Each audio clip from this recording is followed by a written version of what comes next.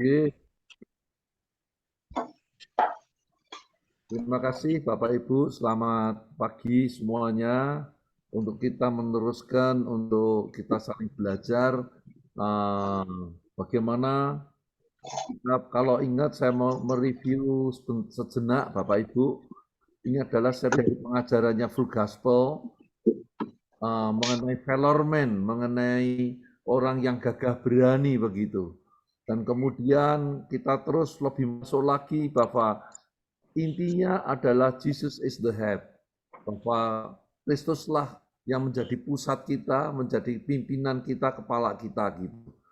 Dan kita sudah membahas sekian berapa minggu ya, hampir 3-4 bulan. Kemudian yang minggu kemarin Pak Ayung juga dengan seperti biasanya meninggalkan untuk kita merenungkan beberapa ayat firman Tuhan untuk kita bagaimana teraplikasi dalam hidup kita.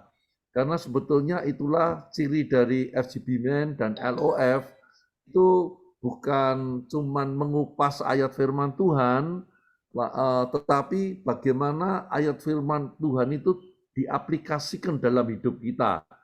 Nah, saya juga mau mengingatkan lagi, kalau kita lihat suatu kenyataan realitas dalam kehidupan kita itu kita ini dalam kehidupan kita 24 jam ini, saudara, pasti ada mengenai urusan keluarga, kedua pasti adalah masalah urusan pekerjaan ya Bapak Ibu ya. Ini garai apa ini kemut-kemut gitu ya Bapak, terutama bapak-bapaknya ini. Tiga adalah masalah mengenai pelayanan. Itulah yang selalu kita di dalam member meeting, tiga hal ini yang selalu kita pikirkan seperti itu. Nah, bagaimana aplikasi dalam firman Tuhan yang Pak Ayung kemarin sudah dititipkan lewat WA itu, yaitu saya rindu nanti teman-teman akan sharing firman Tuhan yang kemarin disampaikan Pak Ayung, dititipkan untuk direnungkan, dan apa yang menjadi teraplikasikan dalam hidup kita, yaitu di Kolose 4 ayat 2. Saya bacakan aja biar cepat Bapak Ibu, saya untuk merimain saja. Bertekunlah dalam doa dan dalam pada itu berjaga-jagalah sambil mengucap syukur. Bapak Ibu pasti ingat itu, katakan Pak Ayung seperti itu. Kemudian di Yakobus 1 ayat 6, hendaklah ia memintanya dalam iman dan sama sekali jangan bimbang, sebab orang yang bimbang sama dengan gelombang laut yang diombang-ambingkan kian kemari oleh angin. Dan juga ada Kolose 3:17 dan Mazmur 91:14. Saya tidak baca semuanya, cuma intinya bagaimana hendaknya kita menyikapi hidup ini yang dalam 3 sektor tadi Bapak Ibu, dalam keluarga, pekerjaan, pelayanan, ya boleh ditambahi kesehatan, kemudian dalam pergaulan sosial seperti itu. Tapi aplikasi firman Tuhan ini gimana? Kita ini kan orang-orang yang berdoa gitu, yang selalu berdoa, katakan berdoa dan dalam ada itu berjaga-jaga sambil mengucap syukur. Di Yakobus katakan hendaknya itu kita minta dalam iman dan sama sekali jangan bimbang. Suatu realitas mari kita saksikan. Nanti saya minta mulai dari salah satu yang dari masing-masing area. Opo tenan toh? Nah sudah bertekun dalam doa, mengucap syukur, mintanya dalam iman itu, apakah itu mesti terjadi kenyataannya begitu? Lah, misalnya ada yang tidak terjadi Bapak Ibu, nanti tanya sama Pak Ayung gitu. Maksud saya begitu. Realitasnya aja Bapak Ibu. Kita ini tiap Selasa kita terus Jawa 3 ini berdoa bersama-sama, berdoa bersama-sama. Apa chapter kita ini bertambah banyak, member kita bertambah banyak seperti itu. Di masing-masing regional kita seperti itu. Apakah hidup kita menjadi lebih baik, ataukah komunitas kita ini semakin rukun, semakin guyup. Nah, mari Bapak Ibu kita saksikan ini sehingga kita bisa dapat pencerahan seperti itu. Dimulai dari Jateng 1 Pak Petrus dulu aja ya. Pak Petrus ada Pak Petrus. Nah, karena ini saya tahu Pak Petrus ini luar biasa selalu bertekun ini. Mari Pak Petrus. Ya Pak, ya seringkali kita kalau pas menghadapi masalah kita akan lebih berdoa bersungguh-sungguh, Pak. Biasanya seperti itu. Tapi kalau pas tidak menghadapi masalah, kita akan berdoa mungkin tanpa roh kita yang ikut berdoa, Pak. Jadi mungkin banyak sekedar untuk ucapan-ucapan doa saja. Jadi seringkali kadang doa kita tidak terjawab. Tapi mungkin kalau kita lebih bertekun dalam doa dan sungguh-sungguh serta percaya, ya saya percaya setiap doa itu pasti ada waktunya Tuhan akan jawab. Seperti itu, Pak. Terima Ya. kasih. Nah, Pak Petrus, itu kan Ya, teori, Pak Petrus. Kenyataannya gimana yang dialami Pak Petrus? Mungkin ada suatu pengalaman yang terjadi gitu. Entah itu dikabulkan atau tidak, mungkin ada pengalaman di Pak Petrus. Silakan Pak Petrus. ya. Untuk pengalaman ya banyak juga yang Tuhan sudah kabulkan dalam kehidupan saya, Pak. Seperti itu. Cuman untuk secara doa-doa untuk korporat juga ada yang belum dikabulkan juga. Seperti itu, Pak. Ya, terima kasih Pak Petrus Narso tadi nyampaikan bahwa hendaknya itu kadang-kadang masalahnya belum berat itu doanya masih doa formalitas, doa formal Pak ya.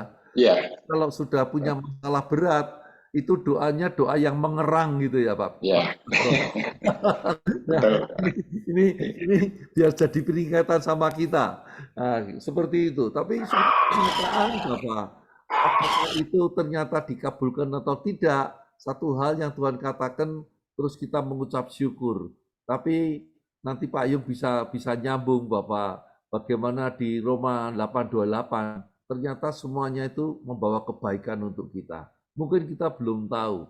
Bahkan sampai nanti belum tahu. Nah besok saya ingat Pak Heru, saya tidak ngerti lek.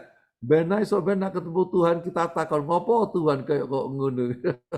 Tapi saya percaya pada waktu kita ketemu Tuhan jawabannya sudah ditemukan seperti itu. Tapi tadi yang katakan bertekun dalam doa, berjaga-jaga sambil mengucap syukur. Oke, dari Jateng 1, tolong yang dari Jateng 2 Pak Murtopo aja ini. Pak Kamto sering serang Pak Murtopo. Gimana Pak Murtopo? Ya, terima kasih Pak. Ya, memang kalau bicara kita ini berdoa ya Pak ya, dari pengalaman yang saya alami, khusus untuk di Jateng 2, kita kan memang sering mengadakan, boleh kata rutin ya, untuk doa pagi. Saya melihat bahwa apa yang kami doakan ini memang bukan persoalan mengenai ini doa dikabulkan atau tidak ya. Menurut saya ini justru dengan melalui doa ini ada satu kesatuan gitu Pak, kesatuan hati. Dan kami melihat bahwa campur tangan Tuhan khususnya di Jateng 2 ya Pak, itu menurut saya luar biasa. Kenapa? Karena sampai hari ini chapter-chapter yang ada di wilayah Jateng 2 ini boleh dikata konsisten di dalam melakukan kegiatan-kegiatannya, dan bahkan saya melihat juga ada juga kerinduan untuk lebih dalam hal kita seperti mau mengadakan regional leaders meeting nanti, terus kemudian kami juga tetap menggumuli beberapa nama-nama yang seperti kita doakan ada yang sakit gitu ya. Kami melihat bahwa ada beberapa orang yang juga mengalami kekuatan pada saat kami doakan gitu Pak. Jadi memang menurut kami ini, menurut saya secara pribadi ya Pak, itu doa ini memang menjadi satu hal yang penting, apalagi di dalam wadah FGBM-FI ini kita tahu bahwa landasan kita ini kan hanya percaya pada Tuhan dan juga prayer ini satu hal yang penting untuk menyatukan hati Pak. Begitu Pak, terima kasih Pak. Ya, terima kasih Pak Murtopo. Kenapa saya tadi bicaranya itu rada kontroversial, tapi karena saya mau seperti Pak Murtopo sampaikan tadi dari awal saya nyampaikan bahwa Jesus is the head artinya kita mempercayakan seluruhnya kepada Tuhan. Dan tadi kita dengar kesaksian Pak Narso, Pak Mutopo tadi, doa ini bukan masalah dikabulkan atau tidak dikabulkan kata Pak Murtopo, tapi di situ sebetulnya satu kepasrahan kepada Tuhan seperti itu. Mungkin belum dikabulkan sekarang, tapi pasti ada maksudnya seperti itu. Dan kemudian suatu kenyataan apa yang dilihat, chapter-chapter itu tetap bisa konsisten untuk ada pertemuan seperti itu, dan lewat doa itu ada kesehatian seperti itu. Tapi sebetulnya satu hal yang tadi saya katakan, Jesus is the head itu yang menjadi kepercayaan kita, iman kita gitu. Saya masih ingat saudara, pada waktu saya perjalanan dengan Pak Bernard, dengan Kosing itu, dengan Pak Hage itu, perjalanan dari mana? Dari Pontianak waktu itu menuju ke Singkawang. Singkawang Sintang ya, cukup jauh. Perjalanan 8 jam itu. Asal lewati satu kota, Pak Bernard tuh selalu mendoakan kota itu. Kota-kota yang belum ada chapternya itu. Pada waktu itu di Kalimantan Barat tuh chapter tuh 5 chapter aja belum ada waktu itu. Pontianak 1, Sintang ya mulai dirintis, Singkawang ya belum ada 5 saudara. Tapi terus waktu itu dengan iman Pak Bernard tuh didoakan di mana di perjalanan itu. Sehingga teman yang dari Kalimantan Barat itu juga ngikut gitu. Oh, harus didoakan, harus didoakan. Kota itu harus didoakan. Sehingga chapter Pak Ayung juga begitu di Surabaya gitu. Surabaya berdoakan begitu. Dan kita lihat sekarang di Kalimantan kita memang enggak lalu merintis di situ, goni gitu enggak, tapi teman-teman di Kalimantan Barat kemudian juga terbangun dan kita lihat chapter di sana bertumbuh luar biasa. Yang terakhir itu kalau nggak salah di Kalimantan Barat hampir ada 30 chapteran seperti itu. Oke, terima kasih untuk Pak Narto, Pak Murtopo. Oke, dari Jateng 3. Jateng 3 ada siapa nih ya? Pak Gianto lah, enggak ono.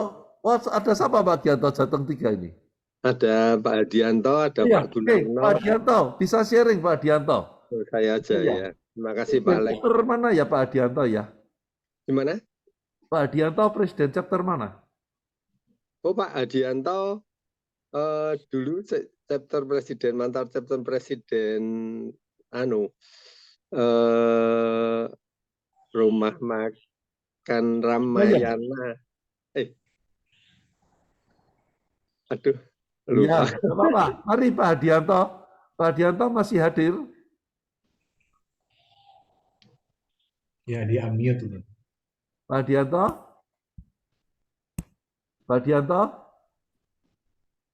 Wah, Isai. Nah gitu ya. Nganu ae. Pak siapa nih Pak? Pak Gunarno ya, Pak Gunarno ya. Mari Pak Gunarno. Dari Pedan. Ini setia sekali Pak Gunarno ini. Nah ini gimana nih? Wis dungo terus sih. Kenyataannya gimana nih Pak Gunarno? Baik Bapak, untuk aplikasinya dalam kehidupan untuk berdoa itu memang ibaratnya napas Pak. Kalau kita selalu berdoa berarti kan kita punya napas. Nah, di dalam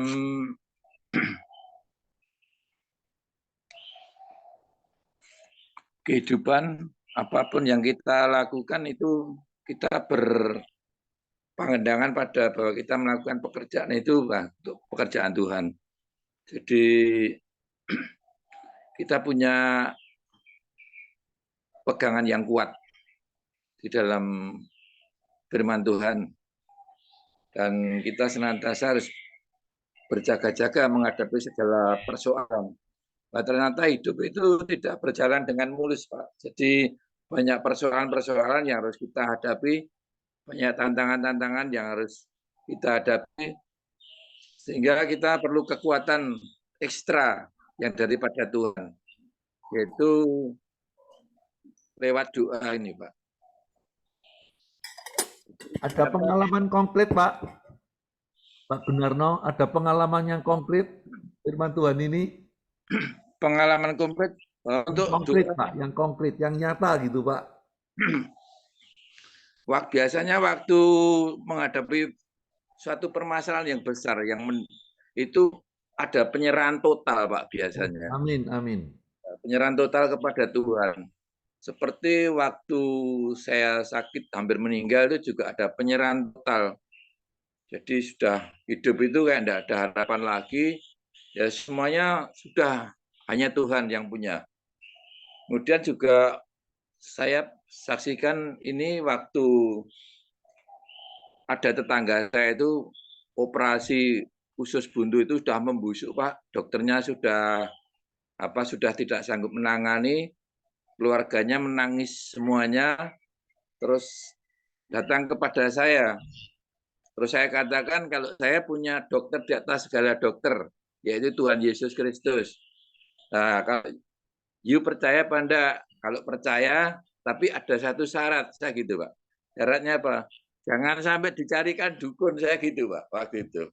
Nah, kalau minta didoakan, jangan carikan dukun, karena banyak terjadi peristiwa konfrontasi, Pak. Kita doakan, kemudian dicarikan dukun, akhirnya yang bersangkutan itu malah meninggal. Itu ada beberapa pengalaman seperti itu, Pak.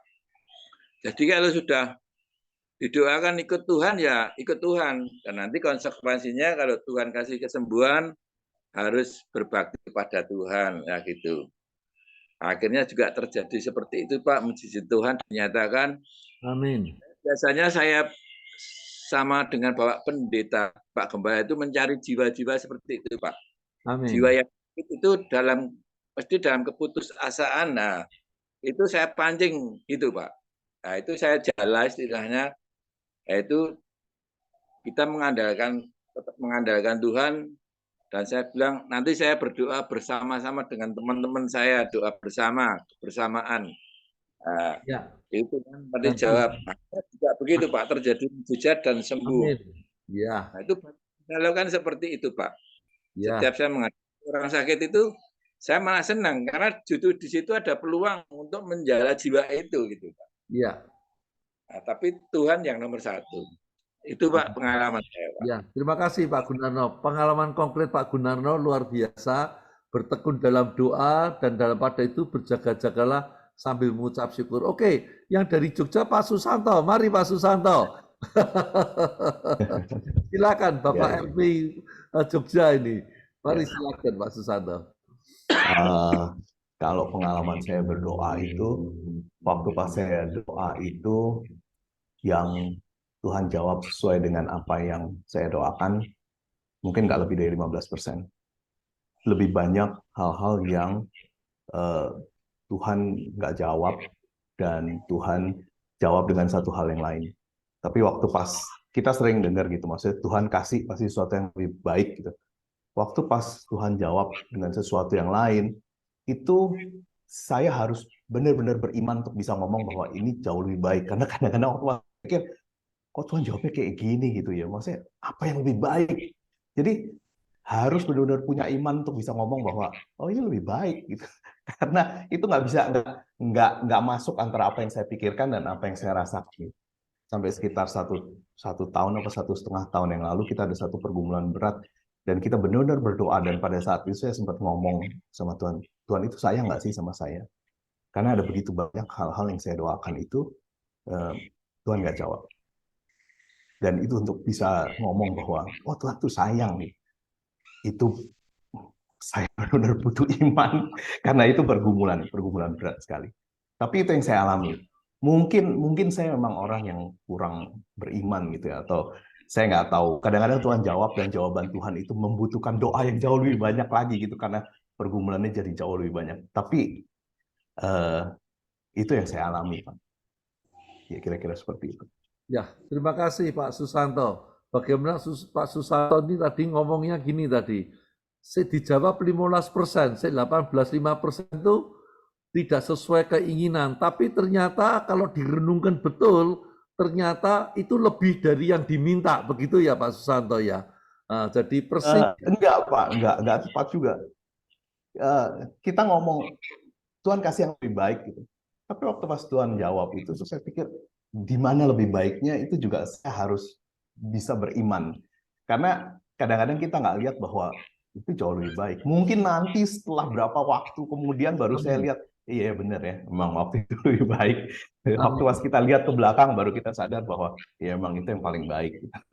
Kira-kira kayak gitu. Amin.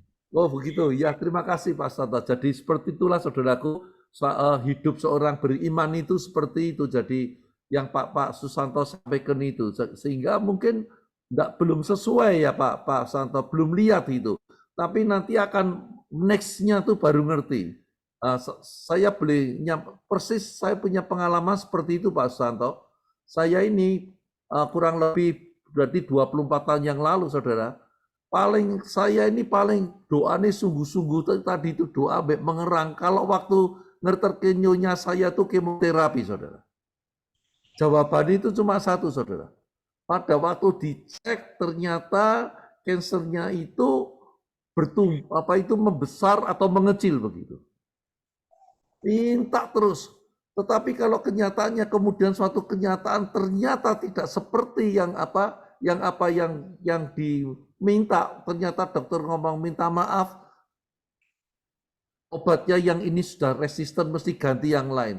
Waduh saudara, bertekun dalam doa sudah, berjaga-jaga itu sebetulnya ngenteni yang terjadi itu apa gitu. Tapi Tuhan ngomong senantiasa mengucap syukur seperti itu. Awalnya saya tidak bisa saudaraku.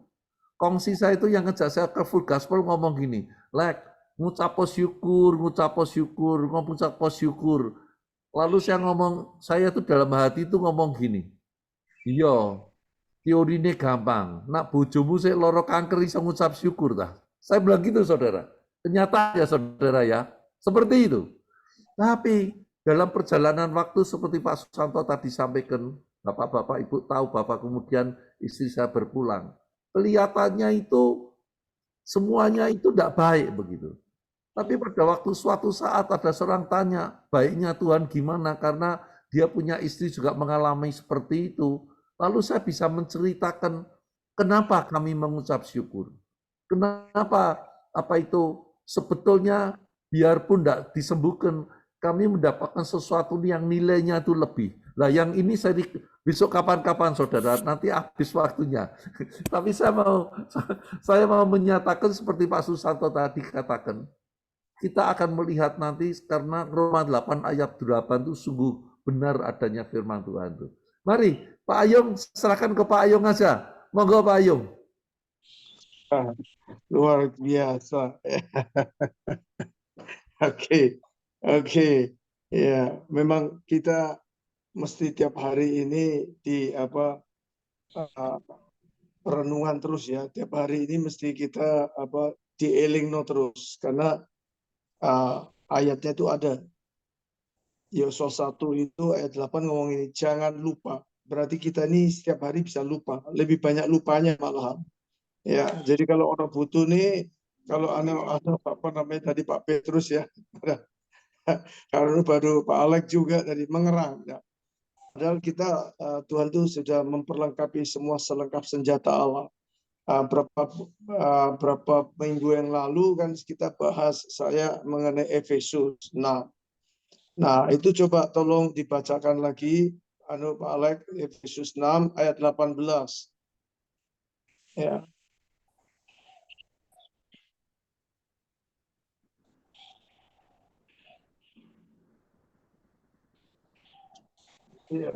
Ya terserah siapa yang cepat, Pak Murtopo atau siapa yang bisa buka cepat langsung dibaca, Pak.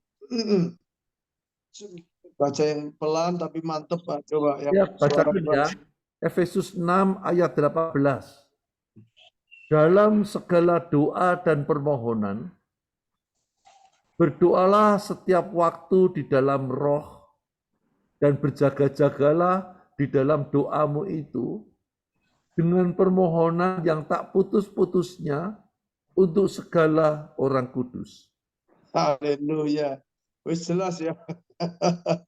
Ayatnya coba nanti direnungkan lagi kalau perlu nanti ini ayat ini lah Isa taruh nanggone meja rias untuk ibu-ibu ya.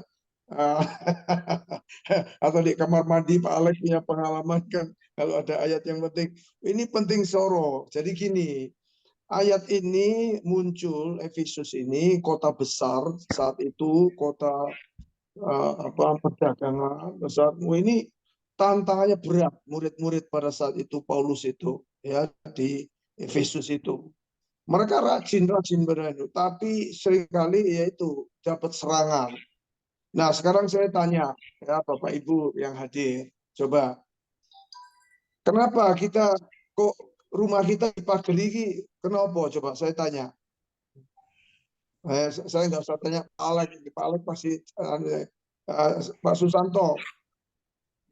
Oh, rumah kita tuh dipagari kenapa? Di belakang juga ono pagar, kadang-kadang ini pagar kenapa Pak Susanto? Untuk menjaga rumah, Pak. Nah, dari apa Pak? Dari hal-hal yang tidak diinginkan. Ya, dari pencuri kan? Iya, Betul kan? iya Semua betul. setuju ya? Nah, Ya, saya setuju. punya pengalaman. Rumah saya itu pagarnya kan supaya cantik, pagarnya itu cuma 1,5 meter ya. Itu kejadian sepeda motor saya takut hilang Pak. Akhirnya yang punya yang bikin pagar itu bilang, wah iki nggon mugi akeh iki jalan raya soalnya akeh maling. Pagar ono sing tinggi. Jadi sekarang jadi kayak penjara gitu Pak Susanto ya. Sepeda Nah, motornya Pak Ayung dipinjam tapi belum dikembalikan. Baru 2 tahun. lebih 3 tahun sekarang ini. Itu waktu masih pandemi gitu Pak. Waktu jam 3 pagi di Gondol. Nah, sama dengan ini, kita bisa menjaga rumah kita. Seringkali kita bisa jaga toko kita ya daripada pencurian.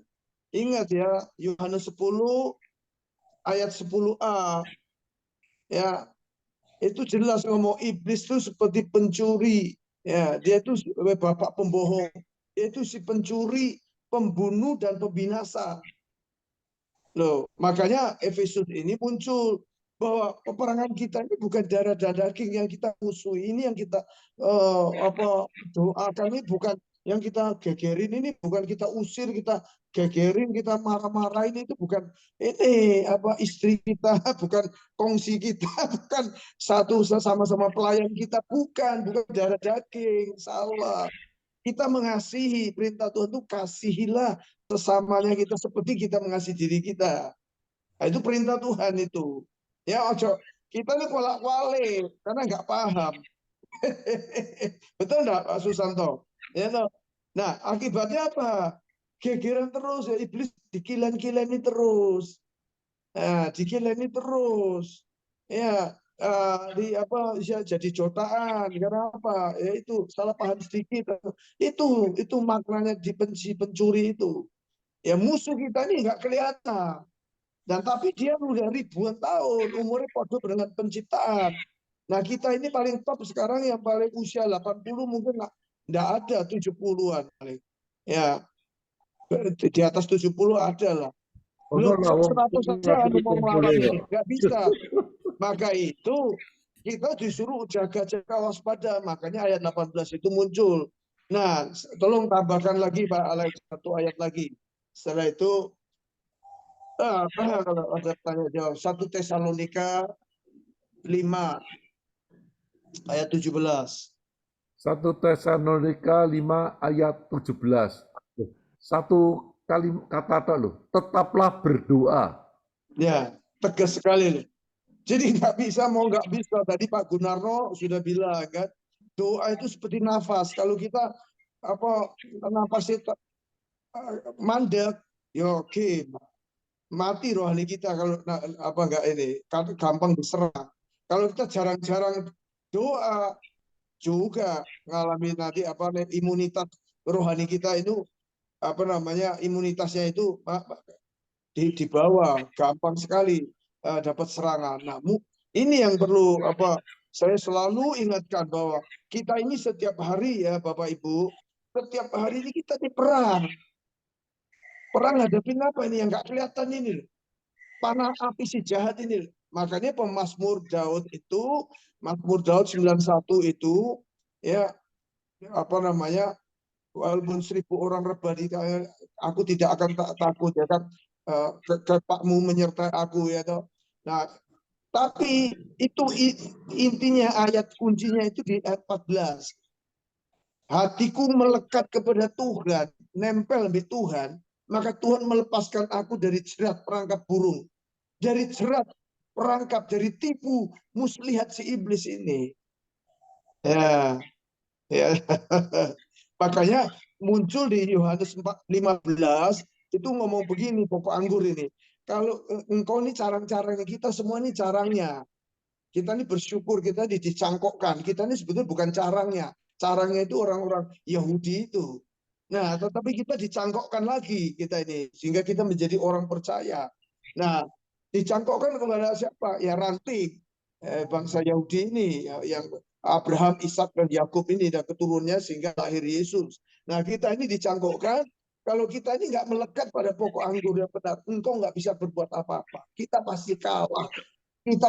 Kita bisa mau menang, kita pakai apa? Nggak bisa. Kita ini manusia itu daging ini isinya daging itu maut, amarah, geram, gegeran, kok isone emosi. Ya, nggak bisa, Bapak Ibu ya. Jadi kita makanya harus, kenapa doa ini penting banget.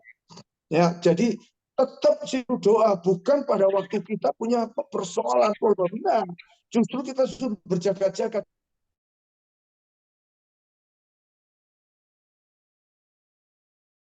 Kerelaan menginjil, berbasis akan kebenaran, itu nah, ojo menjauhkan persekutuan, itu maknanya semua. Intinya kalau sekarang ini jangan jauhkan dari persekutuan yang sehat, orang-orang kudus, ya.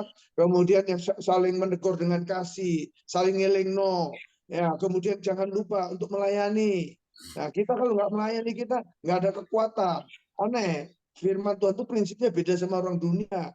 Orang dunia kita ini justru maunya pensiun, kia-kia, leha-leha, nyaman-nyaman. Enggak, kekristenan enggak boleh.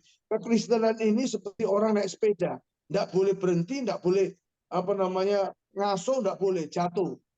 Pasti jatuh. Ya, contohnya siapa? Daud ya. Begitu ngaso, semua perang dia enggak jatuh. Walaupun dia nabi, walaupun dia raja, tetap nggak bisa. Maka itu inilah pentingnya kita saling terus ngelingo untuk kita berjaga. Elingo ya, musuh kita ini bukan darah dan daging loh. Ini loh, penguasa kegelapan ini, roh jahat ini. Bisa aja nanti diserang, saudara ya. Di chapter juga meeting urusan opo nanti ngomong apa titik gegeran. Nah, coba itu dicuri supaya ya, jadi makanya ini penting sekali ya Pak Alex dan teman-teman. Jadi dengan dua ayat ini bisa menjawab bahwa kita harus tetap berdoa. Nah, saya tambahin lagi yang lebih penting lagi. Kalau kita ini doa setiap hari ini, itu sebetulnya mengikis kedagingan kita, mengeliminir sampah-sampah dalam pikiran dan hati kita. Sing geram, sing masih mentingan awake dhewe, makanya di Yakobus, di Kolose itu banyak sekali. Kenapa kamu nggak karena kamu nggak berdoa. Kamu berdoa tapi kamu pengen mbok enteno dhewe, mbok mentingno awake dhewe. Jadi kekristenan itu selalu bicara itu tentang buah. Buah itu enggak pernah mikirin awake dhewe, enggak. Buah itu selalu bisa dirasakan, bisa dinikmatin, bisa dikecap. Semua orang boleh, gak peduli semua suku bangsa, semua agama dicipin. Nah itu doa itu prinsipnya situ, termasuk buah. Jadi memikirkan orang lain, makanya termasuk syafaat. Doa syafaat itu doa yang paling tertinggi itu. Musa itu, syafaat itu apa? Karena udah mau dibinasakan ini Sodom Gomora. Dia tawar-nawar sama Tuhan, Abraham itu. Ya, Musa pun juga demikian. Ya, waktu membawa bangsa Israel itu, bangsanya sendiri yang tegar tengkuk itu, dia bersyafaat itu. Untuk dia nggak doakan awak dewe, enggak. Nah itu doa yang paling tinggi itu di sana syafaat. Sampai akhirnya kalau kita baca di Yohanes ya Pak Alex, Yohanes 21, Yesus itu sampai sekarang itu jadi pendoa syafaat. Nah, sampai hari ini dia mendoakan untuk orang yang di kuburan, yang sudah mati, yang beribuan tahun apa. Dia terus mendoakan, termasuk mendoakan kita terus. Nah, itu makanya dia sampai ditinggikan oleh Bapa di surga. Ya, anak yang maha tinggi, anak Allah yang maha tinggi, dia duduk di sebelah kanan Allah Bapa. Nah, kita mencontoh Kristus. Ya, dari hati kita ini hati yang lapang, yang betul-betul giving, selalu giving, memberi. Nah, itu hidup kita nyaman, nggak takut dicuri, nggak takut ngengat, karat tidak akan bisa mempan, ya. Tembakan musuh apapun nggak bisa. Waduh, ya, soalnya apa sih dicuri? Wong kita ngekek nol orang lain. Nah, kalau kita nyimpen terus, kan pencuri pengen curi kita. Betul nggak, Pak Susanto? Makanya itu sekarang Iya, apa betul. yang kita ada, yang warisan kerajaan Allah ini, damai sejahtera, sukacita, kasih, kebaikan, kemurahan, buah-buah roh itu, supaya jangan dicuri. Nah, kita mengenakan seluruh selengkap senjata Allah. Efesus 6 itu baca nanti ya, mulai ayat 10 sampai ayat 18. Baca ulang-ulang. Nah, 1 Tesalonika. Nah, ciri-cirinya Pak Alek, ciri-cirinya tadi ayatnya saya kasih cuma 17 itu, tetap berdoa. Orang yang bisa tetap berdoa itu, kalau ayat 16-nya atasnya, bersukacitalah senantiasa. Nuh, ya apa iso bersukacita senantiasa? Kalau orang itu melekat ambil bapake. Orang yang cerdas ambil bapaknya, seorang anak, dia pasti sukacita, nggak ada beban dia nanu. Nanti begitu bapaknya janjikan apa, ore dia senangi bukan main kok senengnya kenapa? Oh iya, aku akan nanti lulus, aku di sepeda. Nanti minggu depan aku diajak jalan-jalan. Nanti aku diajak ke liburan sama papa mama. Aku nanti dibelikan es krim sama papa. Dia percaya sekali sama papanya. Janjinya papanya itu dia pegang. Dia percaya sekali, makanya dia suka cita. Nah, makanya dia bisa tetap berdoa. Doanya apa? Dia sambil ngomong, sambil ke kamar, nanti ngomong, aduh, nah itu doa itu sebetulnya. Ya itu doanya tetap terus. Aku di es krim, bayangannya terus es krim. Nah ini pada kita juga gini. Ya, aduh, Allahku akan memenuhi segala kebutuhanku menurut kekayaan dan kemuliaannya. Nah, doa kita bisa tetap senang, tetap berdoa kalau ada sukacita, ada janji firman yang kita pegang. Nah, firman itu yang mesti kita hafalin. Ya, kalau kita begitu diserang ketakutan, bilang no way.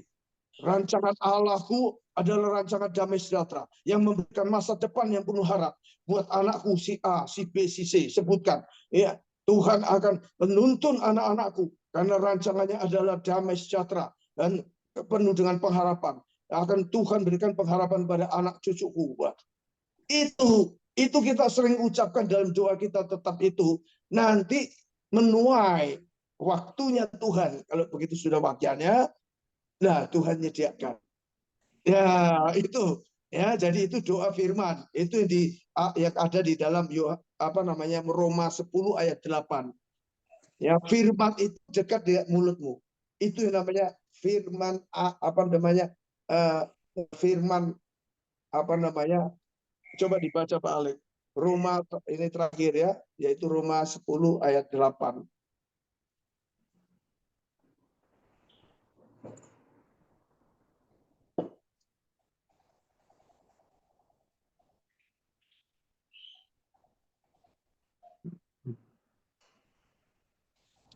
Belum di-unmute, Pak. Belum di-unmute. Roma 10 ayat 8, Ya. tetapi apakah katanya ini, firman itu dekat kepadamu, yakni di dalam mulutmu dan di Ya. dalam hatimu. Itulah Yes. firman iman yang kami beritakan. Yes. Itu yang kita doakan, yang kita beritakan, itu firman. Jangan yang lainnya. Yang lainnya nggak ada kekuatan. Ya. Oke, Tuhan berkati. Nah, karena ini bertepatan dengan Pentakosta, minggu depan saya beralih. Soalnya kalau kita bicara doa terus ini, gak mari-mari nih Pak Alek. Karena memang kehidupan orang percaya itu doa Pak Alek. Tidak ada yang lainnya. Kalau mau menang ya, dalam semua area hidup kita. Nah, tapi kita harus beralih minggu depan. apa namanya, yaitu man of the spirit. Kan kita sudah belajar man of faith, ya iman, kemudian sekarang apa man of prayer. Ini cukup panjang. Yang ke apa namanya, nanti yang ketiga ini man of the spirit. Ya, Oke, man Pak of the Yono. spirit. Tolong Pak Alex bisa nanti sharekan di grup untuk renungkan apa namanya Roma 8 Ya, ya ayat 14 sampai 16. Kalau Oke. bisa baca semua ayat ya, tapi di highlight ayat 14 dan 16. oke. Itu bicara tentang roh dan daging ya. Nah, itu ya dipimpin Hano, dan juga apa namanya apa namanya Yohanes 4 ayat 23 dan 24.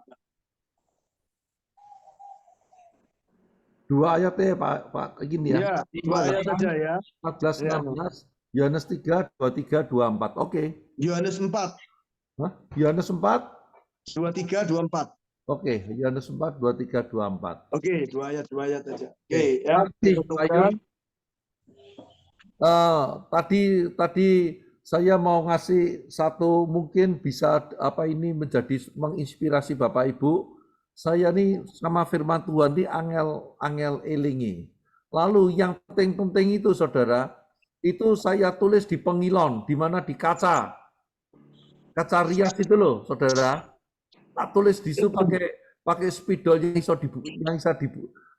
yang bisa dihapus itu, sehingga pada waktu COVID itu yang Mazmur 91 14 sampai 16 tak tulis di situ, sehingga pada waktu mau sisiran saya baca ayat firman itu saudara. Nah itu mengingatkan baca terus firman itu dibaca terus. Nah biar itu mungkin bisa menginspirasi untuk Bapak Ibu bagaimana menghadirkan firman dalam kehidupan kita senantiasa. Oke, terima kasih Pak Ayung, Bapak Ibu yang setia terus hadir, dan minggu depan kita akan bicarakan mengenai man of the spirit. Roma 8 ayat 14 sampai 16 dan Yohanes 4 23 hingga 24.